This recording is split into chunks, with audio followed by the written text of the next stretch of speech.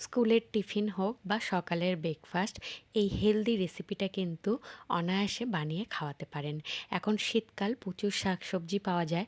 তো আমি এখানে ১ আঁটি মতন পালং শাক ভালো করে ধুয়ে নিয়েছি। পালং শাকটা একদম চপ করে নিয়ে ফাইন।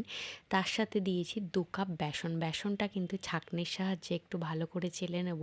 তারপর কেটে রাখা পালং শাক, এবার একটা মিক্সিং চপারের মধ্যে টমেটো, পেঁয়াজ, রসুন, আদা, ঝালের জন্য ২ টো কাঁচা লঙ্কা, তার সাথে ধনেপাতা নিয়ে সব কিছু কিন্তু একদম চপ করে নিয়েছি।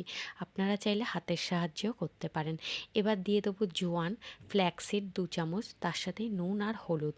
এবার অল্প অল্প জলের মাধ্যমে একটা কিন্তু পাতলা ব্যাটার বানিয়ে নেব। একবারে বেশি জল দেবেন না, সেক্ষেত্রে ব্যাটারটা কিন্তু বেশি পাতলা হয়ে যেতে পারে। সব কিছু ভালো করে মিক্স করে তাওয়াটা আগে থেকেই গরম হতে রেখে দিয়েছি। তাওয়ার মধ্যে ২ হাতা মতন দিয়ে এবার চারদিকে কিন্তু ব্যাটারটা ছড়িয়ে দেবো। এবার ঢাকা দিয়ে গ্যাসের ফ্লেম মিডিয়াম রেখেছি। এক সাইড হয়ে গেলে ওপর থেকে সামান্য একটু অয়েল দিয়ে অপর সাইড কিন্তু পাল্টে দেবো। এটা কিন্তু বানাতে খুবই কম সময় লাগে, আর এটা কিন্তু একটা হেলদি অপশান। আপনি যদি ওজন কম করতে চান, সেক্ষেত্রেও কিন্তু একটা পারফেক্ট রেসিপি ব্রেকফাস্টের জন্য। তো দেখুন কতটা নরম হয়েছে। ওপরেরটা এখন যেহেতু একটু গরম, আমি একটু ভেঙে দেখাচ্ছি, দেখুন কতটা নরম। আর এরকম রোল করে কিন্তু বাচ্চাদের টিফিনে দিতে পারেন।